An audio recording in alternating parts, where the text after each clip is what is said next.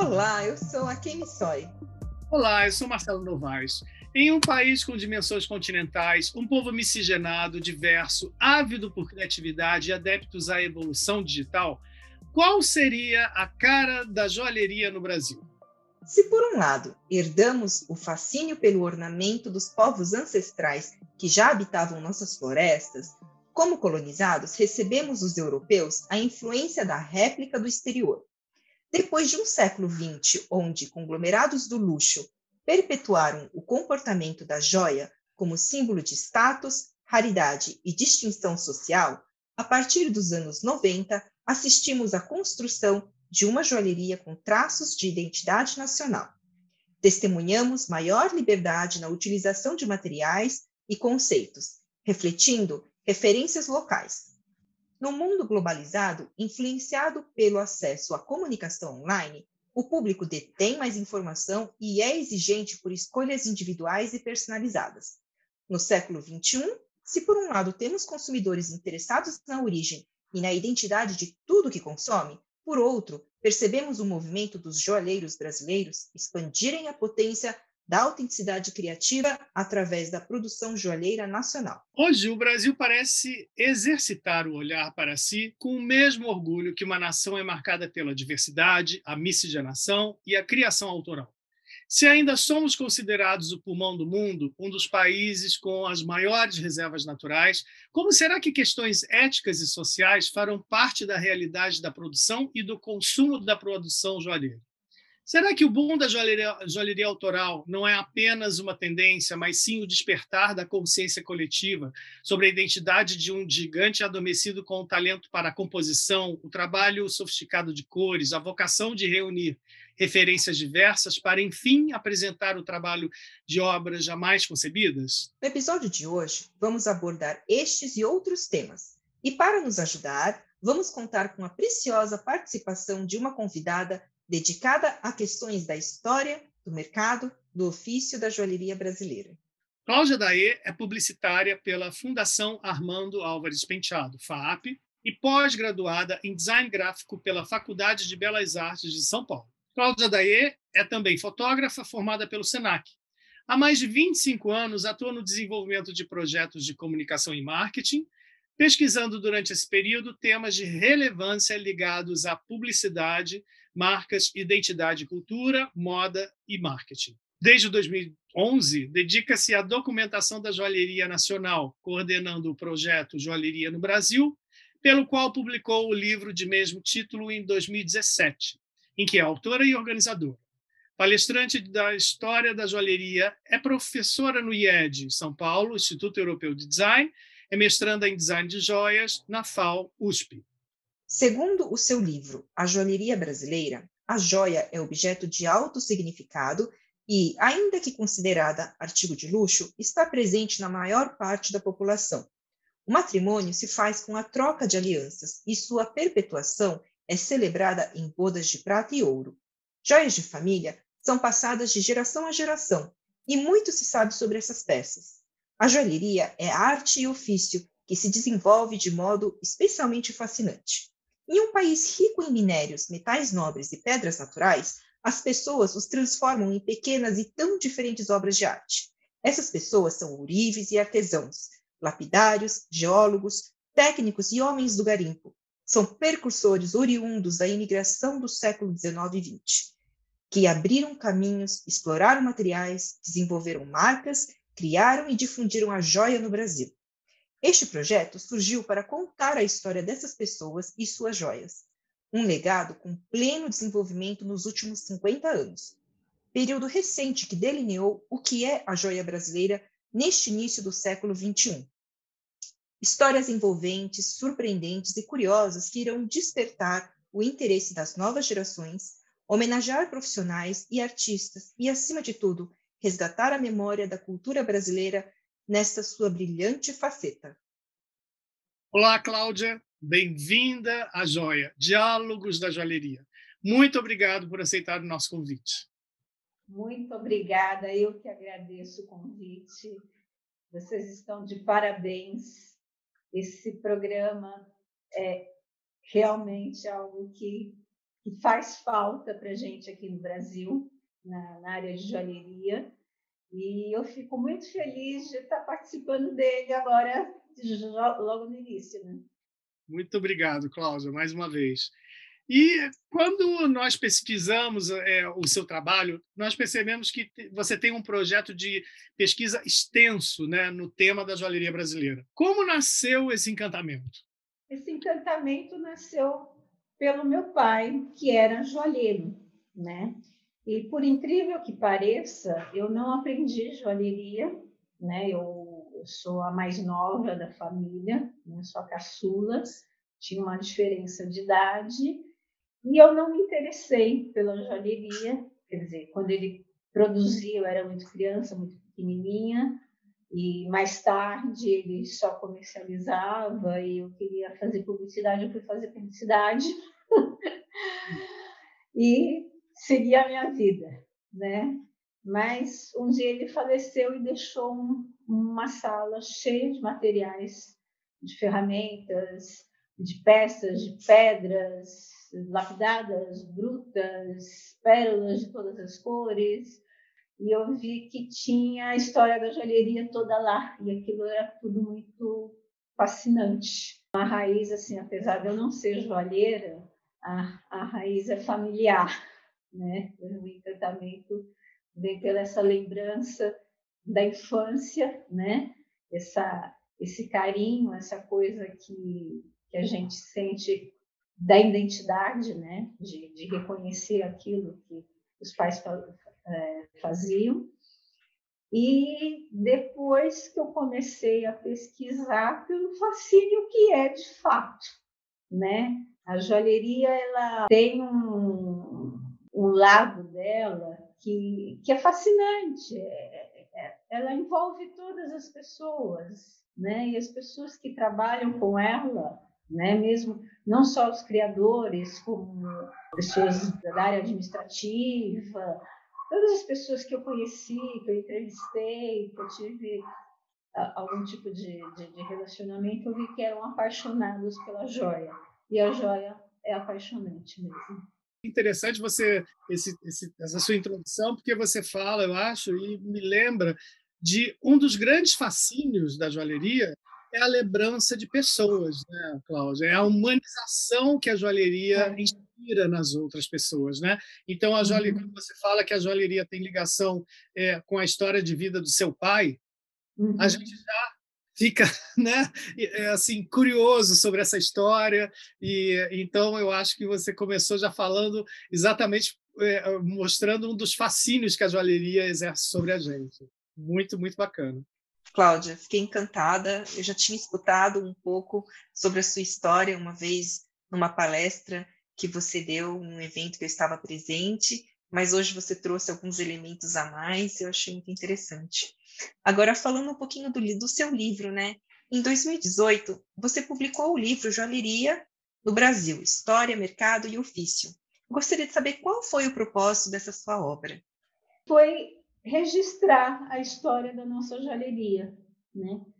Como eu vi o trabalho do meu pai sendo importante, não é só o trabalho dele, era o trabalho de todos os joalheiros que são importantes, né? A joalheria é uma arte tão linda quanto qualquer outra, como a pintura, como a escultura, como qualquer outra.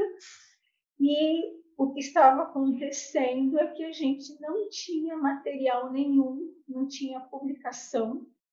A gente tinha uma história que estava acontecendo. A joalheria atual, ela é muito recente. Ela se desenvolveu com pessoas, com empresas, com personalidades, com situações que são muito recentes. Isso não estava sendo registrado. As pessoas estavam morrendo, a gente estava perdendo essa história. Então, eu resolvi fazer um projeto para resgatar essa história, registrar essa história e difundir ela no Brasil, porque a gente precisa saber da nossa história. Qualquer área que você atue, você precisa saber da sua história, da história daquilo que você faz, daquilo que você pratica. E como que a gente não estava sabendo da nossa história em joalheria, né? Eu achei assim, era uma coisa tão linda, a joalheria é tão fascinante que as pessoas precisam conhecer isso. Então, eu resolvi pesquisar e fazer um livro para poder distribuir essa informação, né, para o público em geral e também para os estudantes, porque já você via que já tinha pessoas entrando em escolas, em universidades, já tinham cursos em faculdades, mas não tinha material, não tinha história. Então, você tem pessoas jovens querendo entrar na joalheria, entrando na joalheria e não sabe nada do que aconteceu há 10 anos atrás, há 20 anos atrás. Então, virou uma missão para mim. Eu sou formada em desenho industrial, na FAP também, mas eu lembro que naquela época não tinha mesmo nenhum livro falando sobre a joalheria brasileira, né? Você teve uma ideia maravilhosa que só fortalece o nosso setor, está de parabéns, e espero que a gente consiga, né, com o nosso programa e com o seu podcast também, que a gente consiga propagar ainda mais a joalheria brasileira. Esse trabalho, né, que você desenvolveu de escrever um livro, né, com essa densidade, quanto tempo de trabalho, de dedicação você teve, né? Porque é o registro de um ofício passado muitas vezes de pai para filho, né?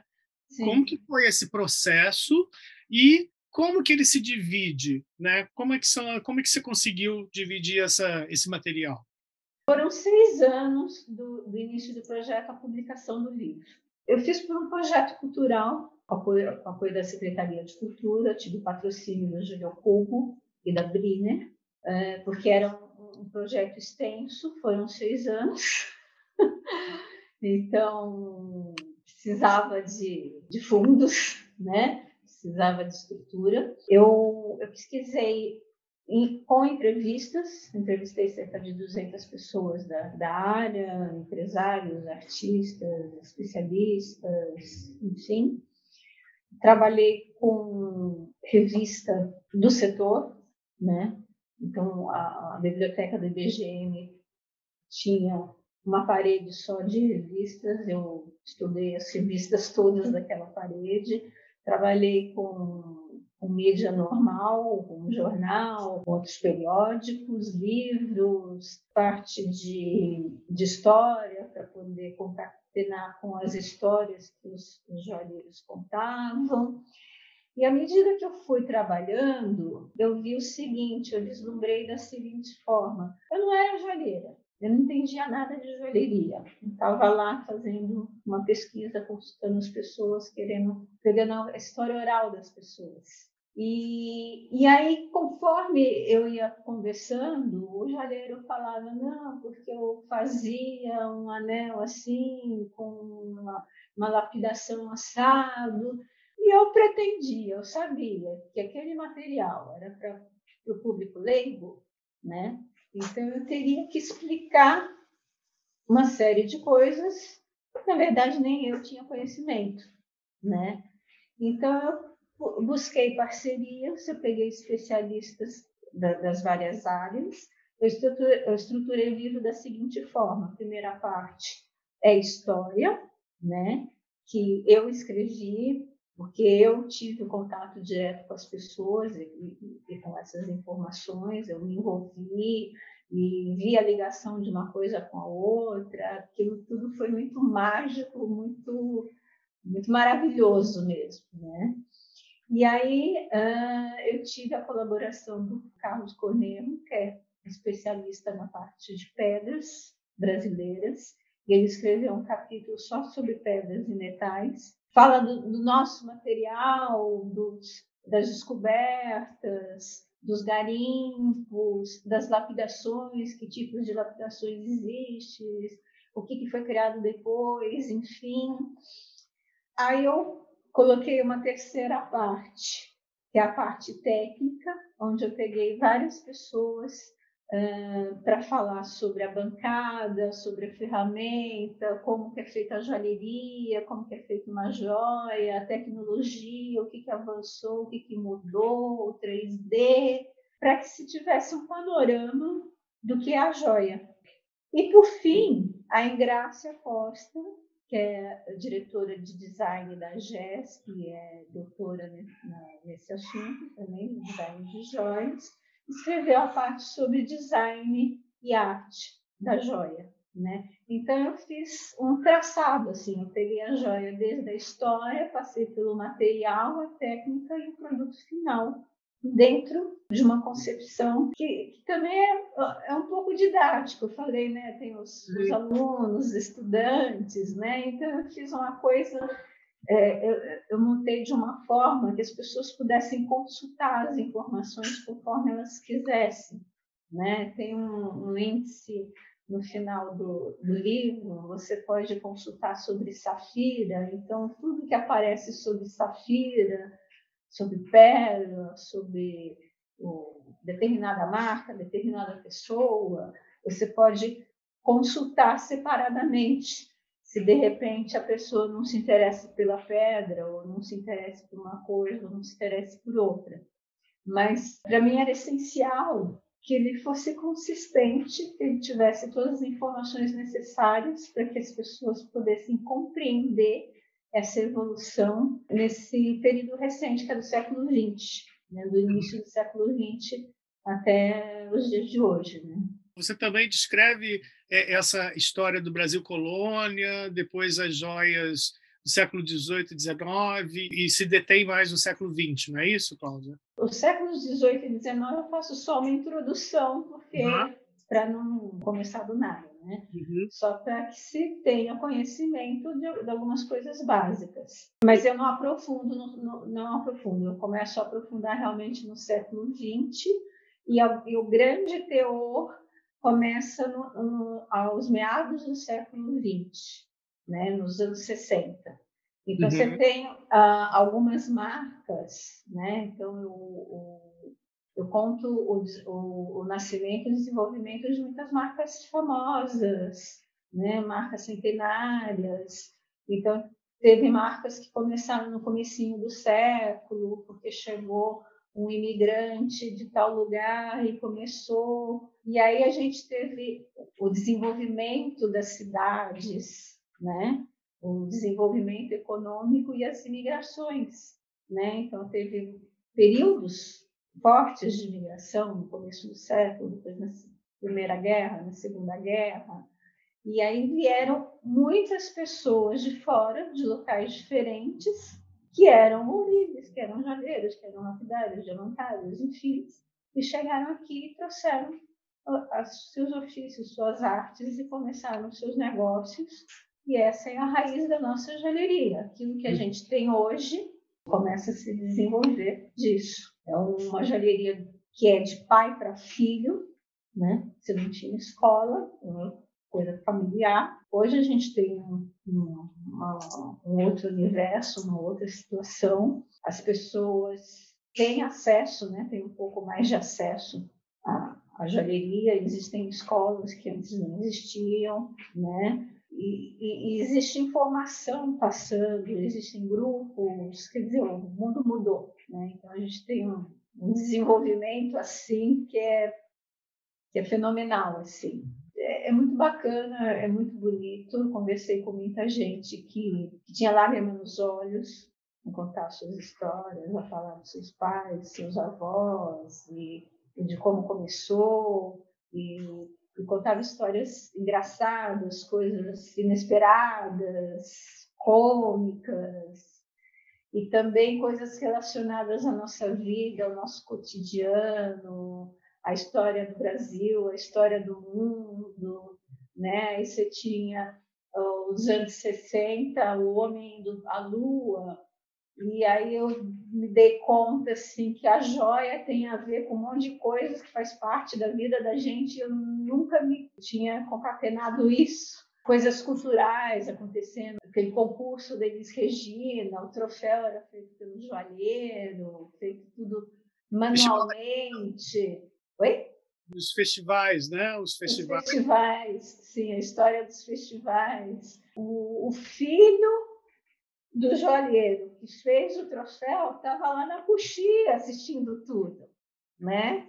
E aí ele pegava e levava o troféu para a escola, para mostrar para os amiguinhos, o troféu da Elis Regina, que era feito manualmente, né? Então você tinha lojas, joalherias grandes com vitrines cheias de troféu. O troféu era uma joia, era um nicho de joia. Você tinha campeonato de tudo quanto é coisa, tinha carnaval, então você tinha que fazer troféu para tudo quanto era movimento de comunidade, né?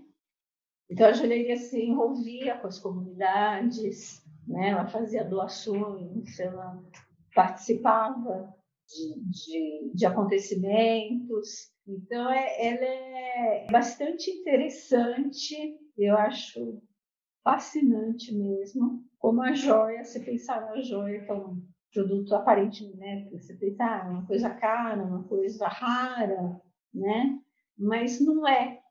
É uma coisa que está na cabeça de todo mundo, né? Mesmo quem não tem dinheiro, tem um desejo de joia, tem uma ideia de joia, né? Pode não ter a joia, mas tem uma relação com a joia, né? A joia é um documento da humanidade, né?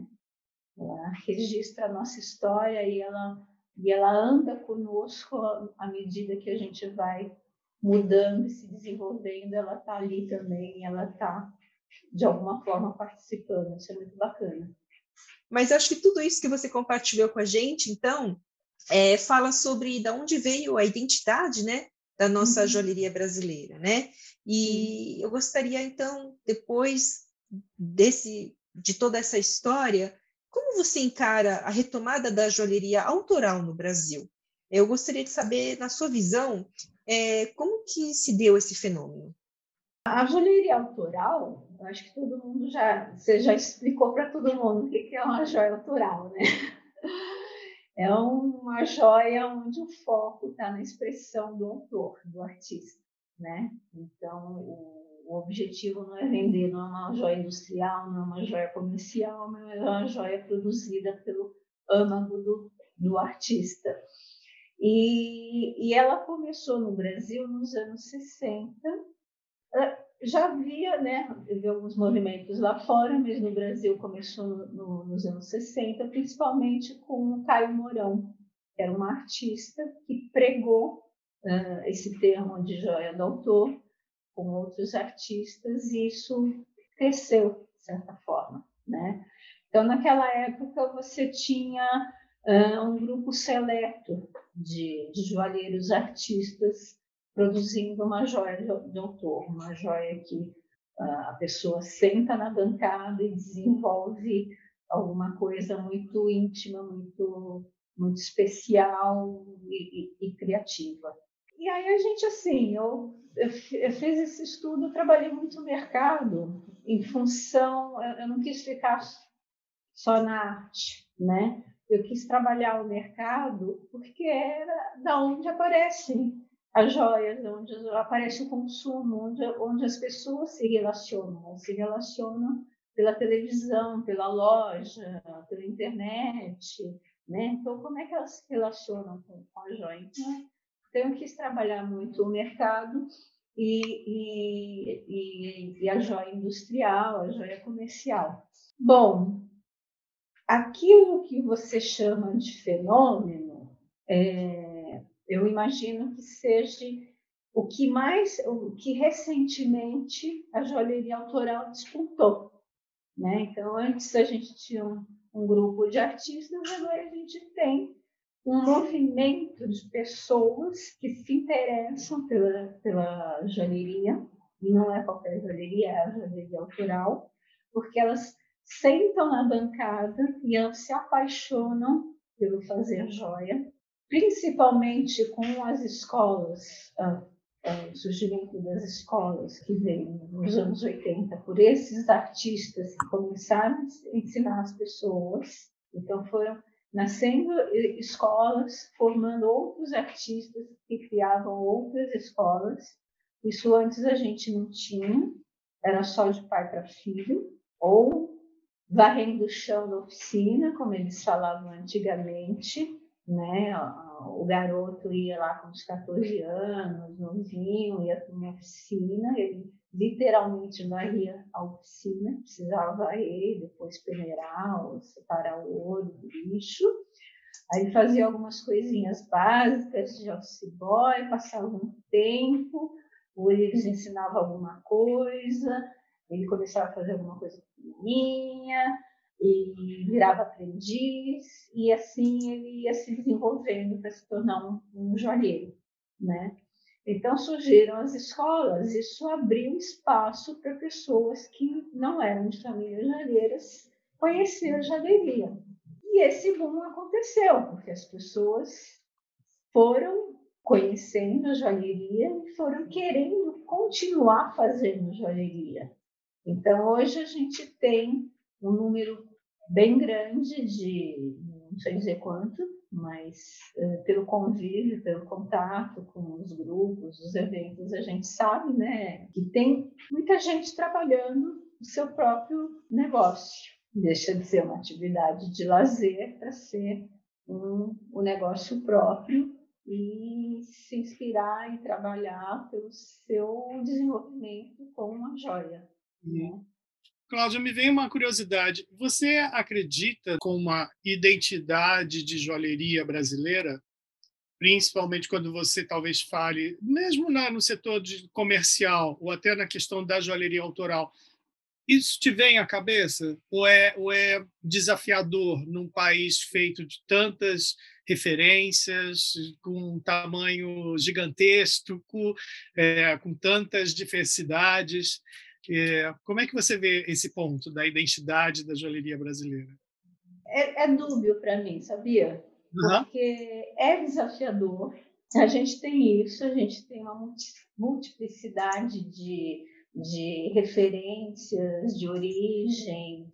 Tem comunidades diferentes no Brasil. O Brasil é muito grande, é uma miscigenação, é uma mistura de muita coisa. E como mistura de muita coisa, a gente reflete essa muita coisa. Porque tudo que a gente produz é aquilo que a gente faz, a gente tem, são as nossas origens, são as nossas fontes. Então, por exemplo, a gente tem a biojoia, tipicamente brasileira, que foi criada em função do material orgânico nosso. E não é nosso do Brasil, é nosso do sujeito lá que fez a joia, com as coisas, os materiais locais. Então, assim, a gente tem muita diversidade, mas, pelo que eu vi, eu acho que faz um pouco de sentido, sim. Alguns profissionais falam a respeito da identidade brasileira, da joia brasileira,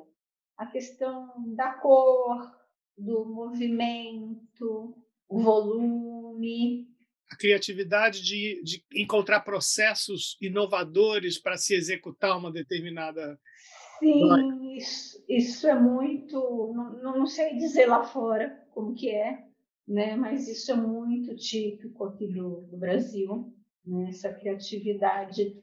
A criatividade na joalheria, ela vem não só do desenho, da forma final da peça, ela vem do material, ela vem do trabalho, ela vem da forma de chegar nessa forma final, ela vem da forma de trabalhar o negócio, da forma de se posicionar no mercado, ela vem da técnica na construção de equipamentos e coisas. Muita gente construiu laminadores, construiu coisas necessárias para se chegar naquilo que se pretendia com a joia, né?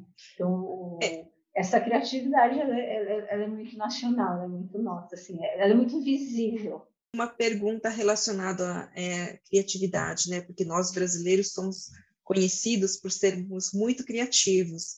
Então, pelo seu estudo de história e como foi falado anteriormente que muita coisa foi copiada do exterior inicialmente, você sabe, poderia dar um exemplo de alguma técnica, talvez, que é 100% brasileira, que nasceu aqui no Brasil?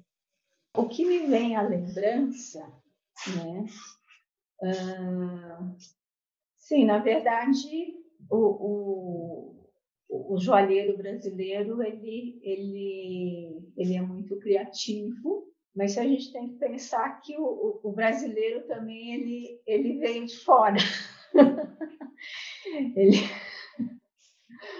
Né? Então, alguns joalheiros, como o Canzister, o Rui Sauer, né? Um alemão, um francês, um sírio, um japonês. Então, eles chegaram aqui e eles foram criativos, né? Então, a gente precisa concordar que não é uma coisa só nossa, talvez seja uma coisa que venha de outros locais também, venha da necessidade, do objetivo, do interesse, da resiliência, né? Eu acho que essa criatividade ela vem de vários fatores, assim, né? Do amor, da paixão, da crença, né? Mas, assim, você perguntou de um exemplo de técnica, o que me vem à cabeça é da empresa Goldbacher. Era uma indústria, né? Uma indústria joalheira, produz correntes, produz joalheria. Em um determinado momento, ela estava numa situação ruim pela concorrência com o material italiano. E aí ela precisou se reinventar. E ela se reinventou usando a máquina que faz meias femininas, aquelas meias finas, e ela usou aquela máquina para fazer malhas de metal. Então, ela começou a produzir um material muito diferenciado, com peças formadas por essas malhas que são maleáveis, assim, que elas caem sobre o braço, né? E eu achei isso assim, extremamente criativo, assim. Criativo, interessante. Isso surtiu efeito. Até o proprietário da marca disse, depois os italianos que foram copiar eles.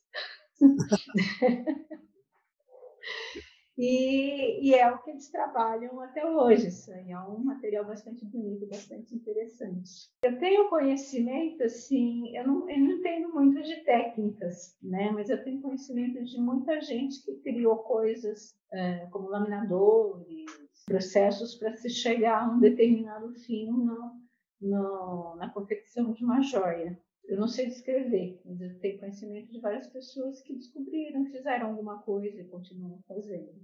Eu acho que tem a ver com essa resiliência que você mencionou, né? Daquelas pessoas que chegam, têm um objetivo em mente e que lutam para desenvolver algum projeto com aquilo que eles têm à sua volta, com seus talentos, né? Colocando pessoas com habilidades diferentes colaborando, né? O que é muito, acho que, uma característica interessante do brasileiro também. E Cláudia, o nosso programa ele tem muito um enfoque, né, no público final. Você consegue ver uma mudança de comportamento do público final, de consumo da joia, através dos anos? Por exemplo, dos anos 80 até os anos 80, para o público que nós temos hoje, até os anos 80, existia muito consumo focado, né, na joia rara, na joia como objeto de investimento. E hoje a gente vê um público mais focado em outras questões de identidade, de customização. Você conseguiu identificar alguma questão, alguma resposta a isso através da sua pesquisa? Nessa mudança de comportamento de público? O comportamento do público mudou muito porque o mundo mudou, né? Então, não foi por nada, não, foi porque o mundo mudou. Então, aquela ideia da joia rara, que era comprada pelo homem, dado pela mulher, e aí passado de mãe para filha, aquilo mudou, né? A gente tem um movimento feminino, né? Da evolução do posicionamento da mulher, tanto no mercado quanto no comportamento geral. E aí as mulheres passaram a ser mais as consumidoras, elas passaram a comprar joias para elas mesmas. E os motivos mudaram. Tem uma coisa da identidade, como você falou, da pessoa se homenagear, se dar de presente, né? Tem um pouco do hedonismo, também pelo prazer de ter uma coisa que é especial, uma joia é algo especial. E aí você tem uma entrada do público mais jovem dentro do mercado da joia. O jovem ele não comprava joia, ele passou a se interessar por joia também. Você teve uma entrada de uma classe social um pouco mais baixa, né, que teve acesso, principalmente na época dos anos 2000, assim, na época do Lula, a ascensão da classe C, né, ela teve acesso a coisas que elas não tinham, né, de mercadorias, de viagem, e ela acha que tem direito à joia também, com certeza tem. Então, você tem um público muito diferente do que era antes, e você tem um significado da joia também muito diferente. Por isso que eu acho que a gente tem espaço, que o mercado tem espaço para tudo quanto é tipo de joia. Da joia autoral, para joia industrial, para biojoia, para tudo quanto é tipo de joia. Esse mercado tá vivo, assim. Ele está repleto de pessoas que reconhecem na joia alguma coisa que satisfaz, que eleva essa pessoa de alguma forma. Então, mudou sim, está tudo muito mudado. Então, Cláudia, agora continuando na atualidade, com os avanços tecnológicos, né, com inteligência artificial, eu gostaria que você comentasse sobre os desafios e as oportunidades que as redes sociais elas podem oferecer no setor joalheiro. É uma transformação muito rápida, né? Para mim dá até medo. Pensar no que vai ser daqui a 10 anos, eu não sei, não faço ideia. Mas, assim, a tecnologia, ela se insere na joalheria, e a joia acompanha o desenvolvimento tecnológico e ela deve acompanhar. Então, a gente, por exemplo, já tem tecnologia para rastrear uma joia, com todas as informações dela, inclusive a origem dos materiais. A gente tem diamante sintético, pode substituir o diamante natural e preservar um pouco mais a natureza. Existe um público que está focado nisso.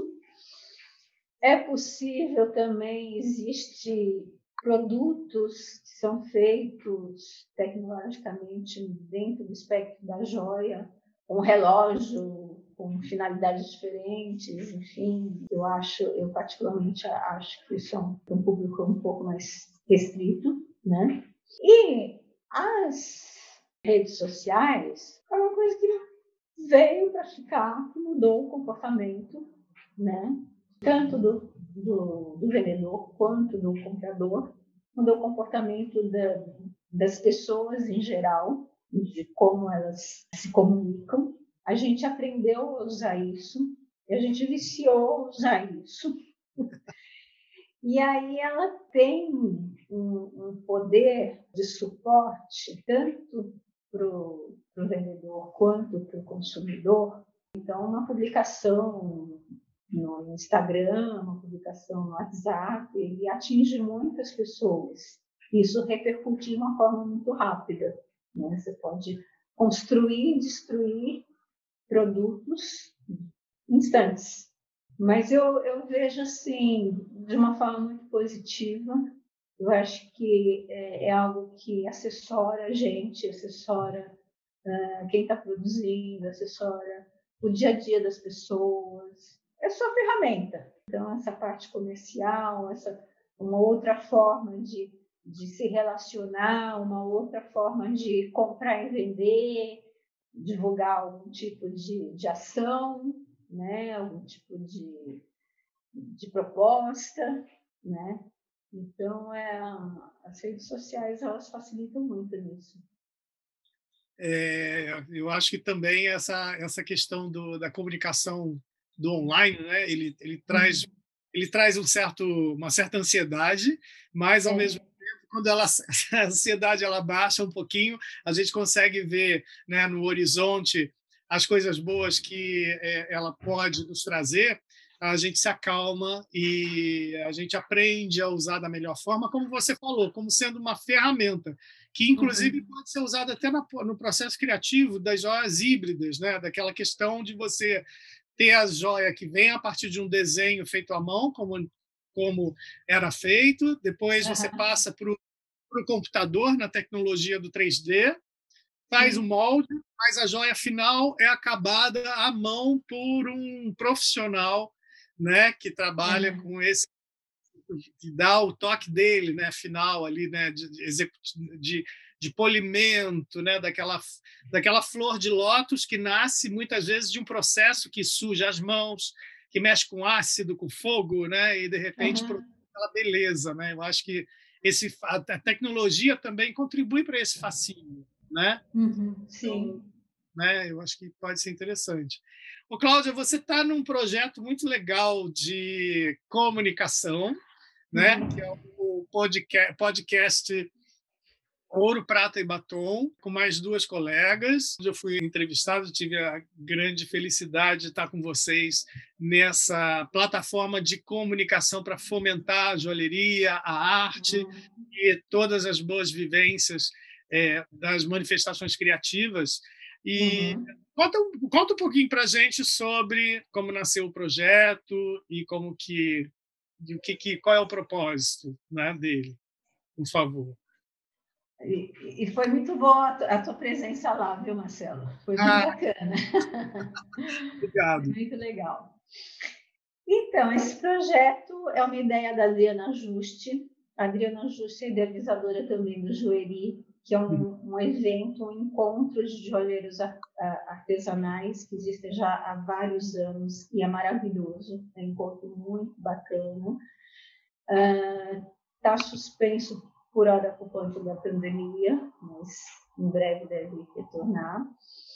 E a Adriana nos convidou a mim, a Tânia Lino, né, para participar desse projeto. Eu já fazia o Joia Brasileira, que era a série de encontros na Unilis Cultural, né, também parei um pouquinho por conta da pandemia. E aí ela tinha essa vontade de fazer esse podcast e a gente se reuniu e fez. E a proposta dele é engraçado, porque assim, são 3 mulheres, né? São 3 mulheres de criação ligadas à joalheria, eu na área de pesquisa, a Tânia e a Adriana são joalheiras autorais, né? E aí o que a gente faz é um bate-papo bem informal com pessoas que a gente chama não necessariamente de joalheria, não necessariamente da parte da joia. O objetivo não é trabalhar joia, o objetivo é trabalhar arte em geral, né?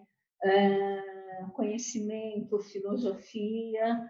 O que a gente faz é pegar pessoas que estão envolvidas com atividades de uma forma muito, muito positiva, assim, sabe? Fazem coisas, são pessoas que trabalham com amor.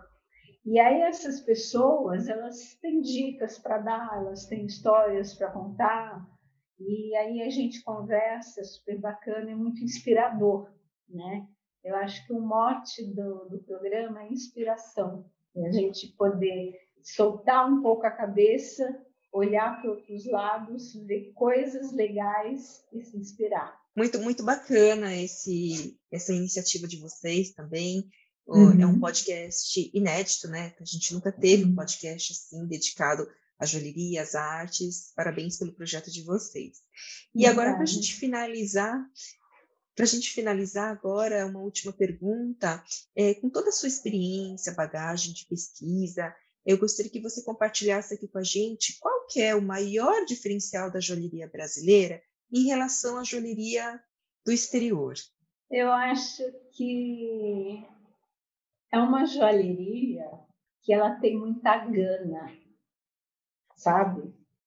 Porque ela não vem de um histórico que o exterior tem.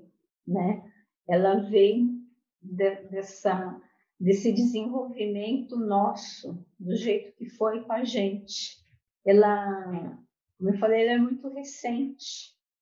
Faz poucas décadas que a joia começa a ficar mais criativa, o desenvolvimento das pessoas buscam novidades da nossa identidade, né, da sua própria identidade. Então, eu acho que, eu não sei, eu acho que o diferencial da nossa joia, porque joia é difícil, tudo é bonito, né? É difícil ter joia feia, né? Então, é engraçado, assim, que, né? A gente fala da nossa natureza, o Brasil, mas lá fora também a natureza dos outros países são bonitas, como não, né?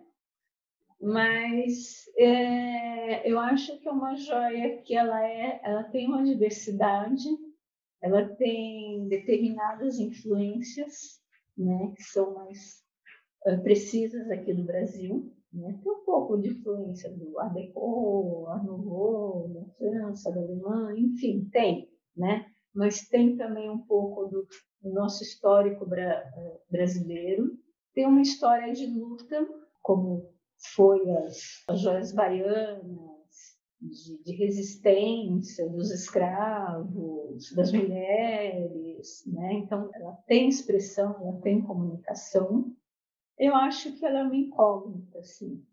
Eu acho que é uma joia que está se transformando, né? Um produto que está se transformando continuamente e que vai a lugares diversos, assim. Ela vai longe, ela vai muito longe. A joalheria brasileira é muito, muito especial, muito, muito bacana. Eu recomendo. Como você mesmo mencionou antes, né, com todos os seus estudos da história, que o Brasil, você bem falou, é feito de imigrantes, então existe essa miscigenação dos povos, e então acho que isso tudo junto com que o país não é novo, né? Então, como você mencionou também, que a joalheria nasceu mesmo, a autoral, há pouco tempo, há pouquíssimo tempo, comparando com outros países. Então, eu acho que você já tinha um pouco respondido a essa pergunta, mas por isso que é isso que acho que torna a joalheria brasileira tão especial, né? Muito obrigada, Cláudia. Eu vou deixar as palavras agora para o Marcelo também. Adorei a sua participação aqui, foi muito enriquecedor tudo que você trouxe e compartilhou conosco.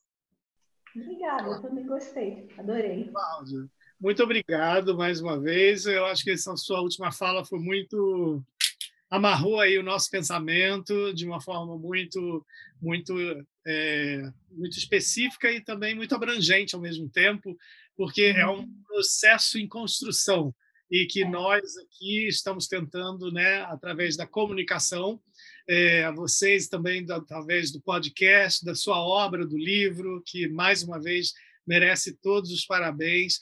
E eu queria perguntar como é que o espectador poderia ter acesso a você, os seus contatos, e também do livro. Como é que a gente consegue essa obra-prima? Como é que aonde que a gente consegue? E as suas considerações para a gente finalizar, por favor. Certo. Bom, o livro ele está disponível, está em algumas livrarias. Hoje em dia não sei exatamente em quais elas estão. Online.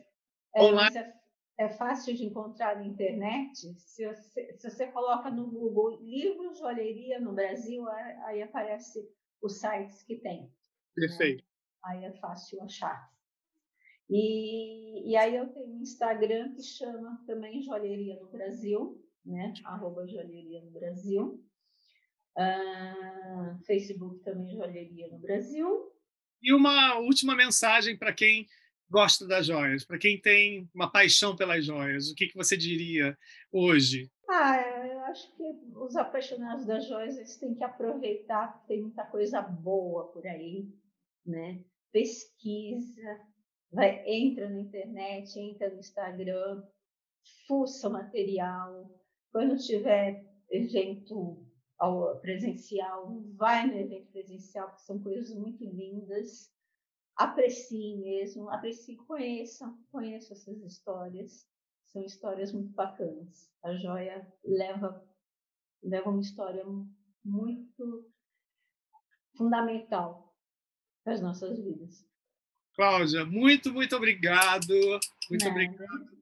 Gente, espero que vocês tenham gostado de mais esse episódio com a especialista em joalheria no Brasil, a Cláudia Daê, e até um próximo encontro. Muito obrigada e até a próxima.